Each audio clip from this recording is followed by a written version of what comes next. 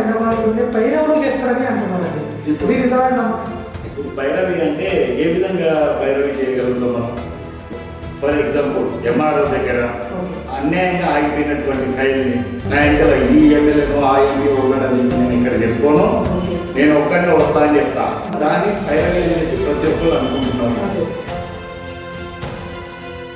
నాకు ఏదో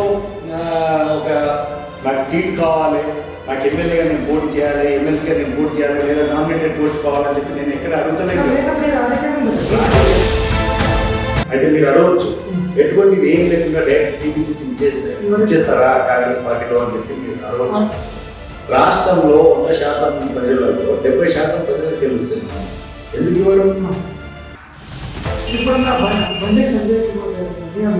నువ్వు అసలు అవార్డు ఎవరికి ఇవ్వాలంటే అమిత్ షా మోడీ వచ్చినప్పుడు వాళ్ళ చెప్పులు మోస్తారు చూడు, చెప్పులు 2-3 పర్యాలు మనం చూసినాం మోసి ఎవరు బండి సంజయ్. మాకెవ్వరు బండి సంజయ్ గారికి పద్మశ్రీ అవార్డు ఇవ్వాలని చెప్పి నేను కోరుకుంటున్నాను. నేను జై తెలంగాణ మూవీ చూసింది అతని కోసమే, అందులో పాట వినడం కూడా అతని కోసమే. ఆ రోజు ఆ పాట ఇప్పటికి పెట్టిన నాకు ఉడుకు రక్తం ఎట్లా ఉంటుందంటే ఎవరైనా వేసేయాలనిపిస్తుంది. రేవంత్ రెడ్డి గారు రేవంత్ అన్న నా ప్రాణం, రేవంత్ అన్న నా దైవం, రేవంత్ అన్న నా దేవుడు, రేవంత్ అన్న నా పెద్దన్న, రేవంత్ అన్న నాకు అన్ని. ఇక నేను ఏం చెప్పదలుచుకోలేదు.